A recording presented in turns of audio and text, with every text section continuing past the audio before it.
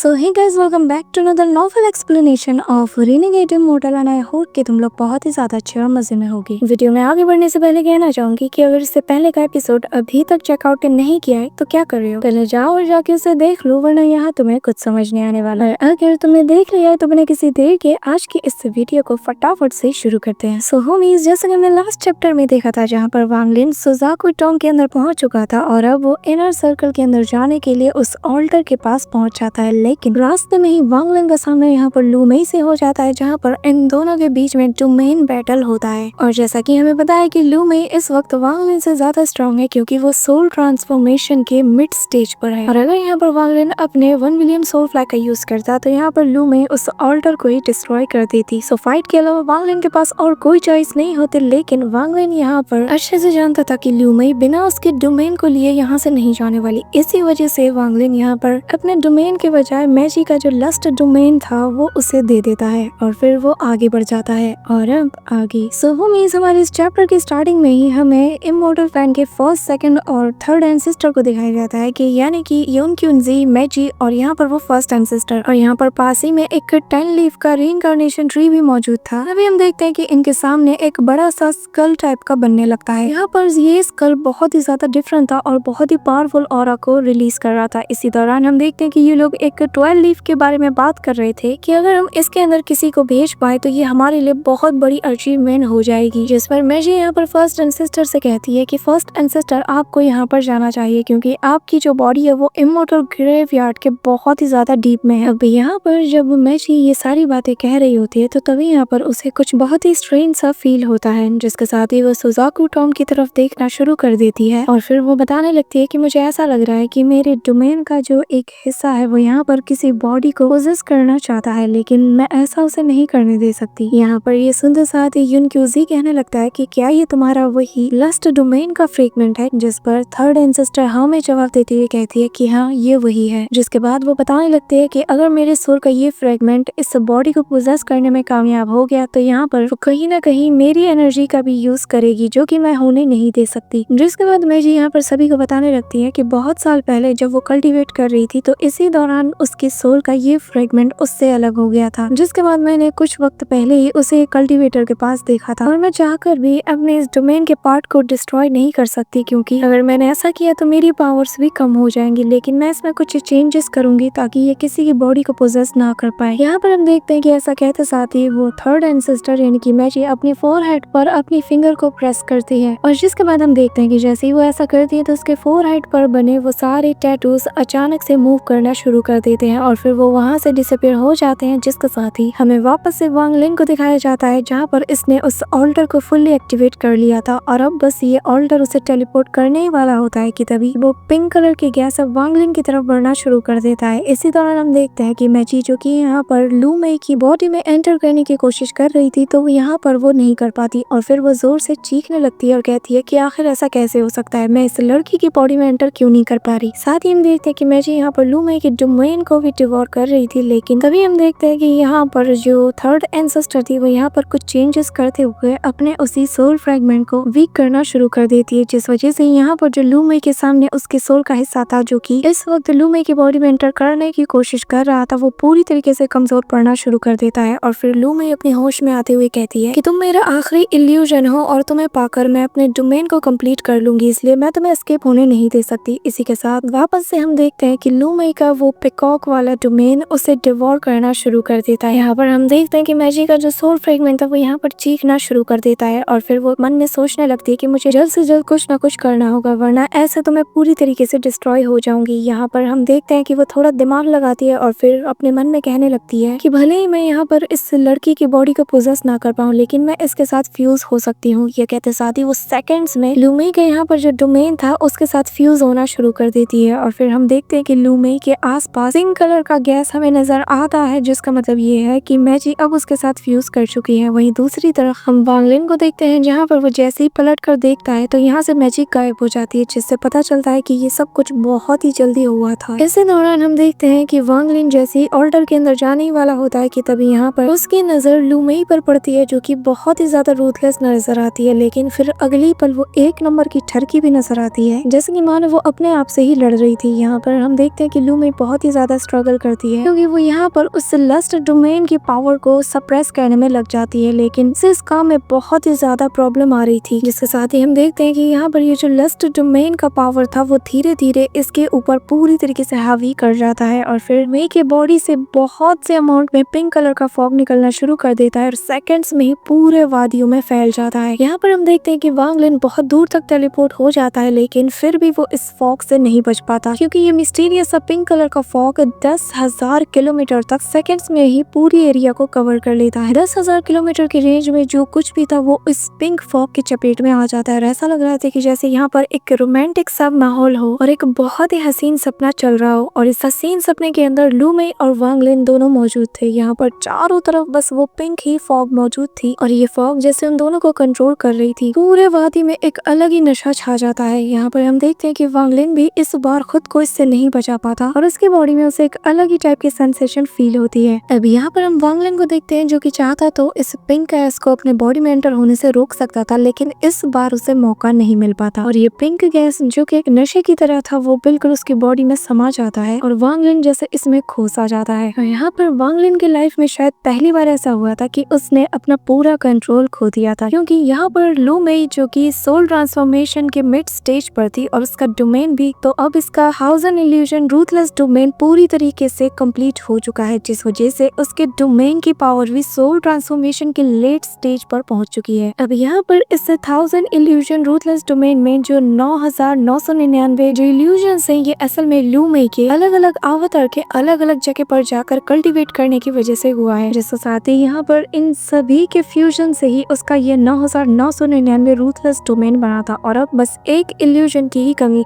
और वो लास्ट वाला इल्यूजन उसे मैजी से मिला था जो कि था लस्ट डोमेन, जो कि थर्ड एंसेस्टर के हेल्प के बिना तो इसे कभी भी नहीं मिल पाता। उसके हेल्प के बिना उसका वो सोल फ्रेगमेंट यहाँ पे लू मेई को फुल्ली कंट्रोल कर चुका होता और लू मेई एक ठरकी लड़की बनकर रह जाती। इनडायरेक्टली यहाँ पर थर्ड एंसेस्टर ने लू मेई की बहुत बड़ी हेल्प कर दी है, जिस वजह से यहाँ पर लू मेई का इल्यूजन वाला वो डोमेन भी कम्प्लीट हो जाता है और अब ये बहुत ही ज्यादा पावरफुल हो चुकी है डोमेन के मामले में। यहाँ पर हम वांग लिन को देखते हैं जो अब रेजिस्ट नहीं कर पाता और ये पिंक गैस बिल्कुल में छा जाती है, जिसके बाद ऐसे ही 2 दिन बीते जाते हैं और फिर धीरे धीरे करके ये पिंक गैस पूरी तरीके से कम होना शुरू कर देता है और फिर हमें इस फॉग के बीच में ही एक वुमेन को दिखाया जाता है जहाँ पर वो एक जगह पर पड़ी हुई थी और फिर उसके पास से एक आदमी उठता है और वो तेजी से वहाँ से दूर भागता हुआ चला जाता है, जिसके बाद हम उस वुमेन को देखते हैं यानी कि लू मेई जो कि खड़ी हो जाती है और फिर अपनी स्टोरेज बैग में से कपड़े निकाल कर पहनना शुरू कर देती है और फिर वो कहने लगती है कि मेरा जो आखिरी इल्यूजन था वो लस्ट इल्यूजन था, पर ऐसा लगता है कि जैसे ये सब कुछ एक रियलिटी हो और मैंने कभी नहीं सोचा था कि ये मुझे इस तरह हासिल होगा। टीचर ने कहा था कि वांग लिन के जो दाव हार्ट का मार्क है वो मेरे इल्यूजन को पूरा करेगा, लेकिन अब तो यहाँ पर उसका ऑरा भी है और फिर उसके दिल में एक अजीब सी हलचल होती है, जिसके बाद लू मेई पूरी तरीके से खो जाती है क्योंकि उसने कभी उम्मीद नहीं किया था कि वो कभी ऐसी फीलिंग को भी फील करेगी। यहाँ पर हम देखते हैं कि लू मेई पूरी तरीके से खो जाती है। इसी दौरान सीन शिफ्ट होता है, हम वांग लिन को देखते हैं जो कि इनर सर्कल में एंटर हो जाता है, जहाँ पर वांग लिन को खुद पर बहुत ही ज्यादा गुस्सा आ रहा था क्योंकि जब वो पिंक फॉग के अंदर था तो उसे ऐसा लग रहा था कि ये सब कुछ एक सपने जैसा हो और फिर जब ये सपना खत्म होता है तो वो खुद को एक औरत के साथ पाता है और जिसके बाद वांग लिन समझ जाता है कि उसके साथ क्या हुआ है। यहाँ पर इस कांड को याद करके वांग लिन को खुद पर बहुत ही ज्यादा गुस्सा आ रहा था। वांग लिन खुद पर से अपना कंट्रोल खोने लगता है क्योंकि इस वक्त उसे समझ नहीं आ रहा था कि आखिर वो ऐसा कैसे कर सकता है, जिसके साथ ही वो खुद को थोड़ा काम करते हुए कहने लगता है कि इस वक्त मुझे इन सब पर फोकस नहीं करना है, मुझे आगे बढ़ना है और पहले कल्टीवेशन प्लैनेट क्रिस्टल वाले इस मैटर को सॉल्व करना है, जिसके बाद मैं इस पर ध्यान दूंगा। लेकिन वांग लिन के दिल में एक जो रिग्रेट होता है ना, उसे अंदर ही अंदर खाई जा रही थी, जिसके साथ ही वो अपने हेवनली डिफाइंग बीट यानी कि जो कि इसके फॉरहेड के सेंटर में है, तो वो उसे टच करते हुए ली मुआन के बारे में याद करने लगता है। एक अजीब सा पेन और बर्डन इस वक्त वांग लिन के दिल पर होता है जिसे कि वो बयान नहीं कर पाता, लेकिन वांग लिन इस सब से फिलहाल के लिए मूव ऑन करते हुए इनर सर्कल के अंदर तेजी से बढ़ना शुरू कर देता है, जहाँ पर वो सीतुनन की कही हुई बातें याद करता है। लेकिन सीतुनन ने जिस तरीके से इस जगह को डिस्क्राइब किया था, ये जगह उससे बहुत ही ज्यादा डिफरेंट लग रही थी क्योंकि ये जगह अब बहुत ही ज्यादा बदल चुकी है। इसी दौरान वांग लिन अपने डिवाइन सेंसेस को चारों तरफ फैलाना शुरू कर देता है, लेकिन उसे दूर दूर तक कोई भी नजर नहीं आता। इसी दौरान हम देखते हैं कि यहाँ पर जो सोल फ्रेगमेंट्स मौजूद थे जो कि बाहर मौजूद इंसानों के होते हैं, वो यहाँ पर ह्यूमंस का शेप ले लेते हैं और जिन्हें कि हम सोल मैन भी कह सकते हैं। हैं और यहाँ पर ये लोग वांगलिन की डिवाइन ऑरा को फील कर लेते हैं, जिसके साथ ही वांगलिन एक लोकेशन को पिक कर लेता है और उस डायरेक्शन में तेजी से बढ़ना शुरू कर देता है। यहाँ पर वांगलिन अच्छे से जानता है कि उसके पास ज्यादा वक्त नहीं है और अब तो 2 दिन उसने फालतू में यूं ही जाया कर दिया, जिसके साथ ही वांगलिन यहाँ पर अच्छे से जानता है कि उसे कल्टीवेशन प्लेनेट क्रिस्टल को कैसे कंट्रोल करना है, क्योंकि सीतोनर ने उसे सब कुछ बता दिया था। लेकिन आज तक की हिस्ट्री में कोई भी इंसान या कोई भी कल्टीवेटर अपने सोल फ्रेगमेंट को यहाँ कल्टीवेशन प्लेनेट क्रिस्टल से आजाद नहीं कर पाया, कि उसके लिए तुम्हें एक्सेंडर लेवल के ऊपर कल्टीवेशन करना होगा, जिसके साथ ही तुम डायरेक्टली कल्टीवेशन अलायंस से अपनी सोल फ्रेगमेंट को वापस मांग सकते हो। यहाँ पर वांगलिन इन्हीं सारे ख्यालों में था कि तभी सीन शिफ्ट होता है और हमें एक दूसरे ही प्लेनेट का सीन दिखाया जाता है जहाँ पर स्वॉर्ड फाइट चल रही थी और ये प्लेनेट सुजाको प्लेनेट से 10 गुना ज्यादा बड़ा था और इसी बड़े से प्लेनेट के आसपास 5 छोटे प्लेनेट्स भी थे जो कि उस बड़े से प्लेनेट का चक्कर लगा रहे थे और इसी बड़े से प्लेनेट का नाम है टियानियन प्लेनेट, जो कि वांगलिन का नेक्स्ट डेस्टिनेशन होने वाला है और वाकई में इस आर्क में बहुत ज्यादा मजा आएगा। इसी दौरान इस बड़े से प्लेनेट यानी कि टियानियन प्लेनेट में बहुत से बड़े बड़े सेक्ट हैं। उन्हीं में से एक जो सबसे बड़ा सेक्ट है जिसका नाम हेवनली बीट सेक्ट है, जो कि बहुत ही ज्यादा पावरफुल है और फिर हमें इनके बिलीफ्स के बारे में बताया जाता है कि इनका ये मानना है कि दुनिया में या फिर किसी की लाइफ में जो कुछ भी होता है वो सब कुछ ऑलरेडी लिखा जा चुका है, यहाँ तक तुम्हारा सांस लेना और छोड़ना भी। तुम चाहे लाख कोशिश कर लो, ये हमेशा तुम्हारा पीछा करता रहेगा और तुम कभी भी इससे भाग नहीं सकते। इसी के साथ हमें ये सारी बातें कहते हुए इसी हेवनली फीट सेक्ट के मास्टर को दिखाया जाता है, जो कि और कोई नहीं बल्कि तियानयुन होता है, जैसे कि ऑल सीर भी कहा जाता है। और जिसके साथ ही हम देखते हैं कि यहाँ पर वो अपनी आंखें खोलता है जैसे कि वो क्लोज डोर कल्टीवेशन से जाग चुका हो। हालांकि इनके बाल व्हाइट थे लेकिन ये बूढ़े जैसे लगते नहीं थे। इसी के साथ हमें पता चलता है कि ये अपने हेवनली फीट सेक्ट के एक पागोडा के अंदर मौजूद थे। जिसके बाद वो बंदा आगे कहने लगता है कि जब मैं एक बार मेरे ओल्ड फ्रेंड से मिलने के लिए ट्रैवल कर रहा था तो मुझे मेरे रास्ते में एक छोटा बच्चा नजर आया जो कि लाइफ एंड डेथ डोमेन को कल्टीवेट कर रहा था और इसी कोशिश के दौरान वो अपने प्लेनेट से बाहर निकल गया था, लेकिन मैंने उसकी हेल्प की और उसे अंदर भेज दिया। और बहुत कम ही ऐसे कल्टीवेटर होते हैं जो कि ऐसा कर पाते हैं, लेकिन उस बच्चे का जो कल्टीवेशन था वो बहुत ही ज्यादा वीक था और उसने मुझे बहुत ही ज्यादा इम्प्रेस कर दिया था। इसी वजह से मैंने उसे प्रॉमिस किया था कि मैं उसे 100 साल के लिए अपना डिसाइपल जरूर बनाऊंगा। और न जाने क्यों मुझे ऐसा लगता है कि जैसे वो बच्चा बहुत ही जल्द मुझसे मिलने यहाँ पर आने वाला है और न जाने इस वक्त उसकी कल्टीवेशन क्या होगी। और अगर वो यहाँ मुझसे मिलने तियानयुन प्लेनेट पर आ जाता है तो जाहिर है उसकी कल्टीवेशन सोल फॉर्मेशन के लेट स्टेज पर होगी और जो कि मेरे लिए इनफ होगा। और भी जैसा कि तुम जानते हो कि यहाँ पर ये वांगलिन के बारे में बात कर रहा है, लेकिन इनको आइडिया नहीं कि वांगलिन इस वक्त सोल ट्रांसफॉर्मेशन के अर्ली स्टेज पर है। जिसके बाद सीन शिफ्ट होता है और हमें वांगलिन को दिखाया जाता है जहाँ पर वो सुजाको टॉम के इनर सर्कल में बढ़ रहा था, जहाँ पर उसे अपने रास्ते में 2 बड़े बड़े माउंटेन्स मिलते हैं और इनके बीच में एक रास्ता मौजूद था जिसका मानो जैसे कोई अंत ही ना हो। और वांगलिन यहाँ पर चलते रहता है और उसे 2 दिन बीत जाते हैं। यहाँ पर वांगलिन जैसे जैसे आगे बढ़ता है तो यहाँ पर उसे उन सोल मैन्स की बॉडी ज्यादा फील होने लगती है, जैसे कि यहाँ पर सोल्स बहुत ज्यादा है। तो यहाँ पर चलते हुए वांगलिन को एक जगह पर कुछ नमी सी फील होती है और जब वो नीचे देखता है तो यहाँ पर उसे मॉइस्चर नजर आता है, जो देखकर वो उस जगह को खोदना शुरू कर देता है। ऊपर की मिट्टी गीली थी लेकिन नीचे की मिट्टी पूरी तरीके से सूखी थी। जिसके बाद हम देखते हैं कि यहाँ पर उन माउंटेन से पानी गिर रहा होता है और जो कि पानी की बूंदों की तरह होता है और जो कि बहुत सी सोल्स होती है। पर ये जो पानी की बूंदें थी ये 10,000 से भी ज्यादा थी और हर एक बूंद के अंदर एक सोल था और जिसके बाद एक एक करके हर एक बूंद कोई ना कोई शेप ले लेता है। इसी दौरान वांगलिन के सामने एक बूंद जो कि असल में एक सोल होता है वो एक वुमेन का फिगर ले लेता है, जिसके साथ ही वो वुमेन यहाँ पर वांगलिन को घूरते हुए कहती है कि तुम अंदर नहीं जा सकते। सुनते साथ ही वांगलिन थोड़ा पीछे हट जाता है क्योंकि उसे सीतोनर ने बताया था कि यहाँ पर जो तुम्हें वाटर ड्रॉप की शेप में सोल फॉर्म्स मिलेंगे इन्हें हराना थोड़ा मुश्किल होगा क्योंकि ये ऑर्डिनरी सोल फॉर्म से बहुत ही ज्यादा पावरफुल होते हैं। यहाँ पर उस वुमेन को देखते साथ ही वांगलिन अपने डिवाइन सेंसेस को फैलाना शुरू कर देता है, जहाँ पर वो ये नोटिस करता है कि उसका डिवाइन फॉर्म ज्यादा फैल नहीं पा रहा है। लेकिन इसी मोमेंट पर वांगलिन यहाँ पर किसी और को भी फील कर पाता है जो कि यहाँ पर एक और सोल से फाइट कर रहा था। अब यहाँ पर जिस सोल ऑरा से वो बंदा फाइट कर रहा था तो वांगलिन को उस सोल ऑरा में कोई चीज फेमिलियर नजर आती है, जिसके बाद वो अपने आप से कहता है कि न जाने क्यों ये मुझे इतना ज्यादा फेमिलियर फील हो रहा है। लेकिन वांगलिन के पास ज्यादा टाइम नहीं था तो वो यहाँ से जाने लगता है कि तभी यहाँ पर उसके दिल में एक तेज दर्द उठता है और उसे ऐसा लग रहा था कि जैसे उस सोल फॉर्म के अंदर से कोई उसे पुकार रहा हो। जिसके बाद वांगलिन समझ आता है कि शायद वो जो सोल फॉर्म है वो असल में ली मुआन की सोल का ही हिस्सा है। यहाँ पर ली मुआन जैसे अपने सोल को फील करके हेवनली डिफाइंग बीट के अंदर से वांगलिन से कह रही हो कि प्लीज मुझे वहाँ से निकाल लो। यहाँ पर ये चीज फील करते साथ ही वांगलिन बहुत बहुत ही ज्यादा गुस्से में आ जाता है और वो इंस्टेंटली अपनी सेलेस्टियल स्वॉर्ड को निकाल लेता है और घुमा के अपने सेलेस्टियल स्वॉर्ड से इस सोल वुमेन पर अटैक कर देता है, जिसके साथ ही हम देखते हैं कि उस अटैक की वजह से यहाँ पर उसके सोल के बहुत से पीसेस हो जाते हैं। जैसे कि पहले उसके सोल के 2 हिस्से होते हैं, फिर 4, फिर 8 और फिर 16, ऐसे करते हुए बहुत से पीसेस हो जाते हैं। और ये देखते साथ ही वांग लिन यहाँ पे अपनी एक टेक्निक का यूज करना शुरू कर देता है जो कि उसने सोल रिफाइनिंग सेक्ट में सीखा था, जिसके साथ ही वो यहाँ पर अपनी सोल सीलिंग टेक्निक का यूज करता है। जिसके बाद वांग लिन इस वुमेन की सोल को पूरी तरीके से यहाँ पर सील करके आगे बढ़ने लगता है और फिर वो उसी जगह पर जाता है जहाँ पर उसे वो स्ट्रेंज फीलिंग आ रही थी। के बाद वांग लिन के सामने एक ओल्ड मैन होता है जो कि उस सोल फॉर्म से फाइट कर रहा था। अभी यहाँ पर हमें इस ओल्ड मैन के बारे में बताया जाता है जिसके फोरहेड पर लीफ मार्क्स थे और ये वही ओल्ड मैन है जो कि इमोर्टल ग्रेवयार्ड के अंदर वांग लिन के पीछे हाथ धो के पड़ चुका था। जिसके बाद जैसे ही वांग लिन को वो ओल्ड मैन देखता है तो वो समझ जाता है कि अच्छा तो ये वांग लिन है। यहाँ पर वो ओल्ड मैन वांग लिन को मारना चाहता था, लेकिन वो इस वक्त उस वाटर बॉडी पर फोकस था क्योंकि वो उसे रिफाइन करने में लगा था। लेकिन वांग लिन यहाँ पर किसी शरारती बच्चे की तरह आते साथ ही अपनी स्वॉर्ड निकालकर उस सोल बॉडी को पूरी तरीके से डिस्ट्रॉय कर देता है, जिससे उसके बहुत से पीसेस हो जाते हैं और जिस वजह से यहाँ पर इस ओल्ड मैन की सारी मेहनत बेकार हो जाती है, जो देखकर वो वांग लिन पर अटैक करने के लिए जाता है कि तभी वांग लिन यहाँ पर अपना 10,000 किलिंग वाला सोल फ्लैग बाहर निकाल लेता है, जो देखकर वो बंदा पीछे हट जाता है क्योंकि इसके अंदर जो 10 प्राइमरी सोल्स थी वो सब के सब सोल फॉर्मेशन के लेट स्टेज पर थी। साथ ही जैसा कि तुम्हें पता है कि इसके अंदर वो गोल्डन किलिन और बाकी के ब्लैक किलिन्स भी मौजूद है, जिस वजह से वो ओल्ड मैन डर जाता है और वो पीछे हट जाता है। लेकिन हम देखते हैं कि तभी ये ओल्ड मैन एक नेट टाइप का बनाकर उस वाटर बॉडी को वहां पर कैद कर लेता है, जिसके अंदर की ली मोहन की भी सोल थी। लेकिन वांग लिन अपनी तलवार चलाकर उस वाटर बॉडी को आजाद कर देता है। लेकिन तभी यहाँ पर वो अपना 1 मिलियन सोल फ्लैग निकालकर एक नेट टाइप का ट्रैप बनाकर उसे उसमें कैद कर लेता है। जिसके बाद वांग लिन यहाँ पर अपने 1 मिलियन सोल फ्लैग के 6 प्राइमरी सोल्स को आपस में फ्यूज करके एक सोल ट्रांसफॉर्मेशन के लेट स्टेज वाली सोल को क्रिएट करता है। जिसके बाद वो उस वाटर बॉडी में एक जोरदार पंच मारता है, जिससे उसके बहुत से टुकड़े हो जाते हैं। इन्हीं के बीच में वो ली मोहन यानी कि वानियर की सोल को ढूंढना शुरू कर देता है कि तभी यहाँ पर सुजाकू टॉम पूरी तरीके से हिलने लगता है। जिसके बाद हमें दिखाया जाता है कि ऐसा लगता है कि जैसे इस सुजाकू टॉम में क्रैक पड़ रहे हो। ऐसा लग रहा था कि जैसे ये पूरा का पूरा टॉम अब यहाँ पर डिस्ट्रॉय होने वाला हो। यहाँ पर वांग लिन ज्यादा देरी नहीं करता और उन सारे सोल फ्रेगमेंट वहीं से ली मोहन की सोल को ढूंढना शुरू कर देता है कि तभी यहाँ पर एक वाटर ड्रॉप में वांग लिन को कुछ फेमिलियर सा फील होता है और वो अपना हाथ बढ़ाकर उसे पकड़ लेता है। जिसके बाद वांग लिन उसे अपने हेवनली डिफाइंग बीट के अंदर रखकर तेजी से वहां से एस्केप करने में लग जाता है। इसी दौरान हम उस ओल्ड मैन को देखते हैं जहाँ पर वो स्पेस में क्रैक होने की वजह से वहां पर उसके अंदर समा जाता है। इसी दौरान सीन शिफ्ट होता है और हमें क्योटिक ड्रैगन स्टार का सीन दिखाया जाता है, जिसके अंदर की एक लाल बालों वाला बंदा होता है जिसके चेहरे पर एक इविल स्माइल होती है और जैसे ही वो अपनी आंखें खोलता है वो बहुत डेविलिश वाली स्माइल देते हुए कहने लगता है कि वांग लिन, मैं ताओशन बहुत ही जल्द तुम्हारे पास आ रहा हूँ और जिस दिन तुम मेरे हाथ लगे तो मैं तुम्हारे पास से वो एंशिएंट गॉड बॉडी की इनहेरिटेंस वाली नॉलेज को भी ले लूंगा। और मैं अच्छे से जानता हूँ कि बिना इनहेरिटेंस की पावर के तुम्हारी इनहेरिटेंस ऑफ नॉलेज किसी काम की नहीं। और वांग लिन, मैं अच्छे से जानता हूँ कि तुम्हारी जो इनहेरिटेंस ऑफ नॉलेज है वो अभी भी पूरा नहीं, क्योंकि उसका एक क्रिस्टल मेरे पास मौजूद है। और फिर ये आगे कहने लगता है कि शायद तुम्हें कुछ नहीं पता, लेकिन मुझे बहुत सी मिस्टीरियस चीजों के बारे में पता है जिसका कि शायद तुम्हें अंदाजा भी नहीं। जैसे कि इस प्लेनेट के कोर में एक मिस्टीरियस सी पावर मौजूद है जिसे कि इस दुनिया के लोग कल्टीवेशन प्लेनेट क्रिस्टल कहते हैं और जिसे मैं कंट्रोल कर सकता हूँ। और इतना ही नहीं, मैं उसे यूज करके अपनी लगी हुई इस सील को भी तोड़ सकता हूँ और इसके लिए मुझे एक 2C का शुक्रिया अदा करना चाहिए। इसके साथ ही वो यहाँ पर हंसते हुए कहने लगता है कि यहाँ पर फॉर सेकंड इमॉर्टल क्रैन का एक बंदा सो रहा था जिसे कि मैंने जगह दिया ताकि हमें वो कल्टीवेशन प्लेनेट क्रिस्टल मिल सके और मैंने बहुत से सैक्रिफाइस किए उसे यहाँ से बाहर निकालने के लिए। साथ ही मैंने उसके 11 लीफ की पावर को 12 लीफ पावर तक बूस्ट कर दिया था और उसी बंदे ने यहाँ पे 4 सेकंड इमॉर्टल क्रैन पे लगी उस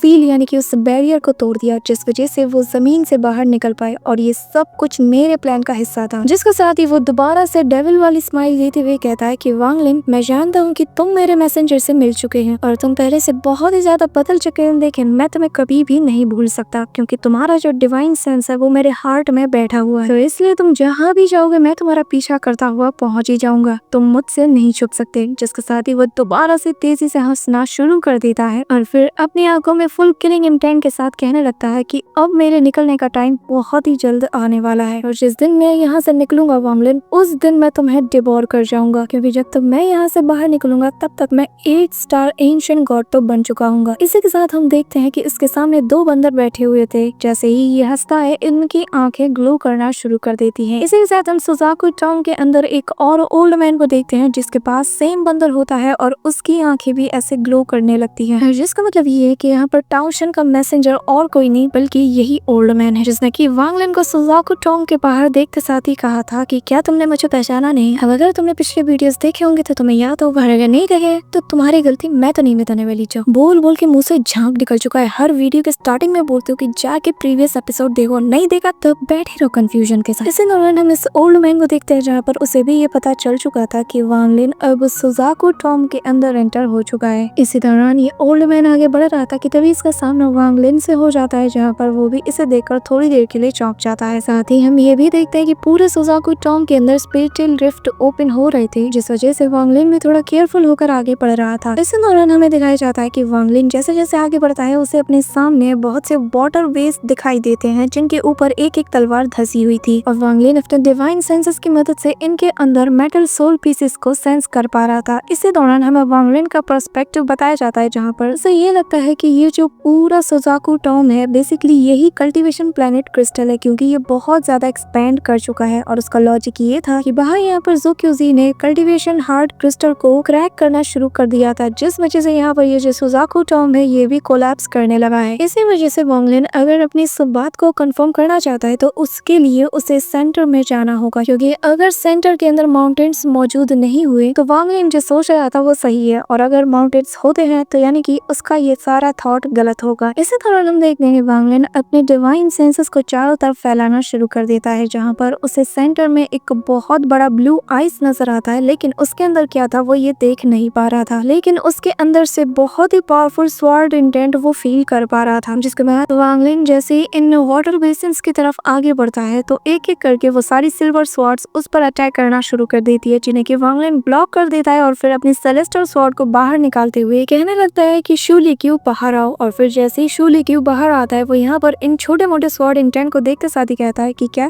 इनसे लड़ना है, बस मेरा कमाल देखते जाओ। ये कहते साथ ही जैसे ही वो उन पर अटैक करने वाला होता है हम देखते हैं कि यहाँ पे शू लिक्यू को देखते साथ ही वो सारे स्वॉर्ड इंटेंट भागने लगते हैं, जो देखकर शू लिक्यू कहता है कि क्या मैंने तुमसे कहा कि तुम यहाँ से भाग सकते हो। यहाँ पर हम देखते हैं कि वो भी बड़े ताव के साथ सभी को भगा देता है और फिर वांग लिन के लिए रास्ता क्लियर हो जाता है। लेकिन तभी यहाँ पर एक बड़ा सा दरवाजा होता है जिसके अंदर की एक पावरफुल स्वॉर्ड इंटेंट यहाँ पर वांग लिन को फील होती है, जो देखते साथ ही हम देखते हैं कि शू लिक्यू डर जाता है, फिर कहने लगता है कि मास्टर मैं अंदर जा रहा हूँ, अगर कोई काम हुआ तो मुझे बुला लीजिएगा। लेकिन वांग लिन उसे रोक लेता है और कहता है कि अगर तुम मेरे लिए इस स्वॉर्ड इंटेंट को हरा नहीं सकते तो फिर तुम्हारा यहाँ पर होना किसी काम का नहीं। जो सुनकर शू लिक्यू भी मनी मन वांग लिन को कोस रहा होता है, जिसके साथ ही हम देखते हैं कि वो शू लिक्यू की मदद से यहाँ पर उस गेट को भी ओपन कर लेता है और फिर अंदर बहुत से स्वॉर्ड स्पिरिट्स मौजूद थी। लेकिन वांग लिन को लग रहा था कि यहाँ पर कोई बहुत ही बड़ा ट्रेजर मौजूद होगा, पर एट द एंड उसे यहाँ पर एक हाफ मून ब्लेड नजर आता है, और शायद से ये जो हाफ मून ब्लेड है इसके अंदर बहुत से सोल स्पिरिट्स हैं, इसी वजह से उसे इतनी पावरफुल वर्ड इंटेंट फील हुआ, जिसके साथ ही वो यहाँ पर शू लिक्यू को वापस रखने वाला होता है कि तभी यहाँ पर वांग लिन को ये फील होता है कि नहीं, ये जो हाफ मून ब्लेड है ये बहुत सारे स्वॉर्ड स्पिरिट से नहीं बल्कि एक इकलौती सिंगल स्पिरिट से बनी है, और जो कि बहुत ही ज्यादा स्ट्रेंज बात है, क्योंकि अब तक हमने जितने भी सोल स्पिरिट्स देखे हैं, चाहे वो मिट्टी से बने हुए, वो फायर स्पिरिट वाली बॉडी हो या फिर वो वाटर ड्रॉप्स वाली बॉडी हो, ये सभी लोग बहुत से सोल से मिले हुए एक फॉर्म होते हैं, लेकिन ये वाला जो था ये एक ही सोल से बना हुआ था, जिस वजह से हम देखते हैं कि वांग लिन की आंखें भी चमक उठती हैं कि तभी यहाँ पर वो half moon blade celestial sword पर अटैक कर देता है। जैसा कि तुम्हें पता है कि शू लिक्यू कितना ज्यादा डरपोक है, इसी वजह से यहाँ पर सेलेस्टियल स्वॉर्ड थोड़ा पीछे हट जाता है और शू लिक्यू चिल्लाने लगता है कि तभी यहाँ पर वांग लिन अपने सेलेस्टियल स्वॉर्ड को तेजी से थाम लेता है और घुमा के एक और अटैक उस हाफ मून ब्लेड पर कर देता है, जिससे जैसे ही वो दोनों ब्लेड आपस में कोलाइड करते हैं यहाँ पर वो हाफ मून ब्लेड ग्लो करना शुरू कर देता है, और फिर एक डिवाइन वॉइस वहाँ पर वांग लिन को सुनाई देती है जो कि कहती है कि अगर तुम इस सोल स्पिरिट को यहाँ पर छोड़ देते हो तो मैं यहाँ से तुम्हें जाने दूंगा। बट जैसा कि तुम जानते हो कि वांग लिन पीछे हटने वालों में से नहीं था। इसी दौरान हम देखते हैं कि वो हाफ मून ब्लेड वांग लिन पर एक पावरफुल स्लैश अटैक कर देता है, जिसे देखते साथ ही वांग लिन समझ आता है कि ये अटैक किसी सोल ट्रांसफॉर्मेशन के लेट स्टेज के बंदे जितनी पावरफुल थी। इसी वजह से वांग लिन न चाहते हुए भी यहाँ पर उस अटैक से डॉज करते हुए दूर जाने लगता है। अभी यहाँ पर वांग लिन को ऐसे जाता हुआ देखकर वो हाफ मून ब्लेड वहाँ मौजूद आसपास के सभी स्वॉर्ड्स को ऑर्डर देती है कि जाओ और जाके इस वांगलिन का पीछा करो। अब यहाँ पर इतने पावरफुल स्वॉर्ड स्पिरिट का ऑर्डर पाते साथ ही वहाँ मौजूद सारे स्वॉर्ड स्पिरिट्स वांगलिन का पीछा करना शुरू कर देते हैं और हजारों की तादाद में स्वॉर्ड्स वांगलिन के पीछे पड़े होते हैं, जो देखकर वांगलिन अपने स्पीड को बढ़ाते साथ ही यहाँ पर 1 मिलियन सोल फ्लैग को भी बाहर निकाल लेता है, जिसके साथ ही जैसे ही वो सारे स्वॉर्ड एक एक करके वांगलिन पर अटैक करते हैं तो यहाँ पे वो 1 मिलियन सोल फ्लैग उन सारे अटैक को अपने अंदर काउंटर कर लेते हैं, जिसके साथ ही वांगलिन फुल स्पीड से आगे बढ़ता है। और यहाँ पर आगे बढ़ते हुए वांगलिन को अपने पुराने दिन याद आ जाते हैं, जब यहाँ पर उसकी कल्टीवेशन कम हुआ करती थी और किसी पावरफुल एनिमी से जब उसका सामना हो जाता था तो वो ऐसे ही भागने लगता था। इसी दौरान वांगलिन अपनी टेलीपोर्टेशन की पावर को यूज करता है, 5000 किलोमीटर दूर जाकर टेलीपोर्ट हो जाता है, जहाँ पर दोबारा से एस्केप करने में लग जाता है कि तभी यहाँ पर उसे सामने दो लोग नजर आते हैं, जिनमें से मेल होता है और दूसरा फीमेल होता है, और जिन्हें देखते साथ ही वांगलिन समझ जाता है कि ये दोनों कौन है। लेकिन वांगलिन फिर भी बहुत ही ज्यादा काम रहता है और आगे बढ़ता रहता है। इसके साथ ही में पता चलता है कि असल में ये दोनों और कोई नहीं बल्कि ज़ाओ वुटाई और जी शिन है। यहाँ पर जैसे ही ज़ाओ वुटाई को वांगलिन देखता है तो वो उसके पास जाती है, कहने लगता है कि ब्रदर ज़ाओ वुटाई किधर जा रहे हो, मुझे भी अपने साथ ले लो। यहाँ पर वांगलिन को भागता हुआ देखकर ज़ाओ वुटाई कहने लगता है कि ब्रदर वांग, आप हमेशा जब भी मेरे साथ आते हो तो अपने साथ कोई बड़ी मुसीबत ले आते हो, जिसके साथ ही वो भी वांगलिन के साथ भागना शुरू कर देता है। और यहाँ पर हम देखते हैं कि जी शिन भी जब वांगलिन को देखती है तो वो भी भागना शुरू कर देती है और इनके पीछे वो हाफ मून ब्लेड और बाकी के हजारों स्वॉर्ड पड़े हुए होते हैं। यहाँ पर ये सभी लोग भाग रहे होते हैं कि तभी यहाँ पर वांगलिन दोबारा से टेलीपोर्टेशन को यूज करता है और 5000 किलोमीटर दूर जाकर टेलीपोर्ट हो जाता है। और अब वांगलिन यहाँ पर उन स्वॉर्ड्स की जो टेरिटरी थी उससे बहुत दूर आ चुका था, जिस वजह से आधे से ज्यादा स्वॉर्ड उसका पीछा करना बंद कर देती है। लेकिन जो एक आधा बाहर निकलती है वो वहीं पर डिस्ट्रॉय हो जाती है कि तभी हम देखते हैं कि उनके बीच से वो हाफ मून ब्लेड अभी भी वांगलिन का पीछा कर रही होती है, जिसे देखते साथ ही यहाँ पर ज़ाओ वुटाई भी बहुत ही ज्यादा डर जाता है। लेकिन इस वक्त उस हाफ मून ब्लेड का टारगेट बस वांगलिन था, इसी वजह से वो ज़ाओ वुटाई को कुछ नहीं करता, उसके पास से गुजर जाता है। और फिर हम देखते हैं कि वांगलिन से वो डिवाइन सेंसेस के थ्रू कहने लगता है कि उसे यहीं पर छोड़ दो। अभी यहाँ पर क्योंकि वांगलिन बाहर आ चुका था जहाँ पर कि बहुत से स्पेटियल क्रैक्स बन रहे थे, इसी वजह से वांगलिन को अपनी स्पीड थोड़ी कम करनी पड़ती है और वो half moon blade full speed के साथ वांगलिन की तरफ तेजी से बढ़ रहा होता है। और वो दोबारा से अपने डिवाइन सेंसेस के थ्रू वांगलिन से कहता है कि उस स्वॉर्ड स्पिरिट को यहीं पर छोड़ जाए। यहाँ पर हम देखते हैं कि वांगलिन दोबारा से टेलीपोर्टेशन को यूज करके अब 10,000 किलोमीटर की दूरी पर टेलीपोर्ट हो जाता है। लेकिन यहाँ पर उस हाफ मून ब्लेड के स्वॉर्ड ऑरा की वजह से उसका एक हाथ बुरी तरीके से इंजर्ड हो जाता है। यहाँ पर अपने लेफ्ट हाथ को इतना ज्यादा इंजर्ड देखकर वांगलिन भी शॉक्ड हो जाता है, जिसके साथ ही हम देखते हैं कि यहाँ पर वो हाफ मून ब्लेड पूरी तरीके से बौखला जाता है। हालांकि वो अब वांगलिन का पीछा नहीं करता, लेकिन वो पूरी तरीके से पागलों की तरह चीखना चिल्लाना शुरू कर देता है क्योंकि उसे शूलेग्यू चाहिए था। दौरान हम देखते हैं कि वांगलिन दूसरी बार भी टेलीपोर्ट करता है और इस बार उसके पैरों से भी खून निकलने लगता है, जो देखकर वांगलिन शॉक्ड हो जाता है कि यार आखिर इस ब्लेड की स्पीड कितनी ज्यादा है, ये तो मेरे पास होना चाहिए, क्योंकि अगर ऐसा पावरफुल ट्रेजर मेरे पास हो तो क्या ही मजा आ जाएगा, क्योंकि इसकी स्ट्रेंथ और स्पीड बिल्कुल फोर्थ सोल की तरह है जो कि इस वक्त ज़ोक्यूज़ी के पास है। जिसके बाद वांगलिन बताने लगता है कि इस ट्रेजर की खास बात ये है कि ये एक सोल पीस से बना है, जिसका मतलब ये कि जिसका भी ये सोल होगा वो बहुत ही पावरफुल वॉरियर रहा होगा। इसी के साथ वांगलिन की आंखें अब इस ट्रेजर पर सेट हो जाती हैं, लेकिन फिलहाल के लिए वो उसे यहाँ से एस्केप करना पड़ता है। इसी वजह से वो दोबारा से टेलीपोर्ट होकर बहुत दूर आ जाता है। लेकिन अगले ही पल वो फील करता है कि अभी भी यहाँ पर वो जो हाफ मून ब्लेड है वो उसका पीछा करने जरूर आएगा। इसी वजह से वांगलिन यहाँ पर अपने सेलेस्टर स्वॉर्ड को बाहर निकालता है, जिसके साथ ही शूलेग्यू भी बाहर आ जाता है। वांगलिन उससे कहने लगता है कि अगली बार जरा अच्छे से फाइट करना है, जो सुनते साथ ही शूलेग्यू यहाँ पर डर जाता है। और फिर वांगलिन कहता है कि चिंता मत करो, मैं तुम्हें लेने जरूर आऊंगा, लेकिन जैसे तुमने जायंट डीमन क्लैन के एंसेस्टर के पास रहकर थोड़ी दिन नाटक किया था वैसे ही तुम्हें इसके साथ रहना होगा। और मैं जानता हूँ कि क्योंकि मेरे पास सेलेस्टर स्वॉर्ड मौजूद है इस वजह से वो तुम्हें कभी भी हर्ट नहीं करेगा, और क्योंकि तुम मेरे सेलेस्टर स्वॉर्ड से जुड़े हुए हो इसलिए तुम चाहे जहाँ कहीं भी रहो मैं तुम्हें सेंस कर लूंगा। इसी के साथ हम देखते हैं कि वांगलिन शूलेग्यू को यहाँ पर छोड़कर वहाँ से चला जाता है और उसे एक रेनबो टाइप का माउंटेन दिखता है जिसकी तरफ वो रवाना हो जाता है। लेकिन रास्ते में उसे एक बहुत ही मुरझाई हुई इंसान नजर आती है और जैसे ही उसके करीब जाता है वो समझ जाता है कि और कोई नहीं बल्कि रेड बटरफ्लाई है, जो कि ऐसी लग रही थी जैसे कि मानो उसके अंदर कुछ बचा ही ना हो, कोई इमोशंस ना कोई फीलिंग्स कुछ भी नहीं। वो बिल्कुल किसी जिंदा लाश की तरह वहाँ पर बैठी थी। अब यहाँ पर रेड बटरफ्लाई को देखते साथ ही वांगलिन समझ जाता है कि अगर ये यहाँ पर है तो क्यांग फेंग भी आस पास होगा, और अगर क्यांग फेंग ने खुद को हाइड करके रखा होगा तो वांगलिन के लिए उसे ढूंढना मुश्किल है, क्योंकि वो सोल ट्रांसफॉर्मेशन के मिड स्टेज पर था। इसी दौरान वांगलिन रेड बटरफ्लाई की तरफ देखते हुए कहता है कि हमारा मिलना काफी अरसे बाद हो रहा है। लेकिन हम देखते हैं कि रेड बटरफ्लाई कोई भी जवाब नहीं देती। वो बिल्कुल चुपचाप किसी जिंदा लाश की तरह वहाँ पर बैठी रहती है। लेकिन अगले ही पल हम देखते हैं कि वो 1000 फीट दूर जाकर खड़ी हो जाती है और फिर वांग लिन उसे देखकर समझ आता है कि इसके साथ आखिर क्या हुआ होगा। साथ ही लू मई ने उसे इसके बारे में भी सब कुछ बता दिया था। अब जैसा कि तुम जानते हो कि रेड बटरफ्लाई दिखने में बहुत ही ज्यादा सुंदर थी, साथ ही वो एक जीनियस स्टूडेंट थी जिसने कि 100 साल में ही सोल ट्रांसफॉर्मेशन के लेट स्टेज को अचीव कर लिया था और इसी वजह से वांग लिन भी इसकी रिस्पेक्ट करता था। लेकिन उसकी आज ये कंडीशन देखकर वांग लिन को भी बहुत ही ज्यादा बुरा लगता है कि आखिर किसी के साथ ऐसा भी कैसे हो सकता है। इसी दौरान वांग लिन चिल्लाते हुए कहता है कि